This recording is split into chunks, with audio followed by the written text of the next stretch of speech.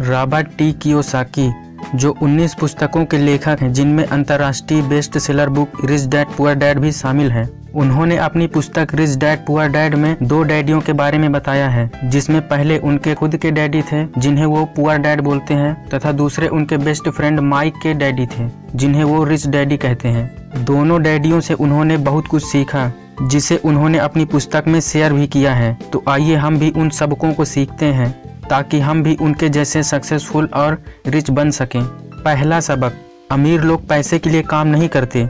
जी हाँ, अमीर लोग पैसे के लिए काम नहीं करते, बल्कि वो पैसे से अपने लिए काम कराते हैं, जबकि गरीब या मध्यवर्गीय आदमी दिन रात पैसे के लिए काम करता है, वो पैसे के पीछे भागता है। बहुत से लोग तो ये भी कहते हैं पैसे में मेरी कोई दिलचस्पी नहीं है, लेकिन फिर भी वो दिन रात पैसे के लिए काम करते रहते हैं। तो पहला सबक हमें यही सिखाता है कि हमें पैसे के पीछे नहीं भागना है, बल्कि ऐसा कुछ करना है कि पैसा हमारे पीछे भागे। इसके लिए हम कई प्रकार के एसेट्स जनरेट कर सकते हैं जो हमें पैसिव इनकम ला कर देंगे। दूसरा सबक, आर्थिक साक्षरता। हम में आर्थिक साक्षरता भी होनी चाहिए। हमें पैसे को संभालना आना चाहिए, पैसिव इनकम कैसे जनरेट करना चाहिए, अपनी संपत्ति को कैसे बढ़ा सकते हैं, खर्च या बैलेंस शीट को कैसे मैनेज करें, टैक्स, कारपोरेशंस, इन सब के बारे में हमें नॉलेज होना चाहिए। तीसरा सबक जो रॉबर्ट हमें सिखाते हैं, अपने खुद के काम पर ध्यान केंद्रित करना चाहिए। आप समय निकाल कर जरूर सोचें कि जो मैं कर रहा हूँ, जो भी काम मैं अभी कर रहा हूँ, क्या वो मैं अपने लिए कर रहा हूँ या दूसरों का काम कर रहा हूँ।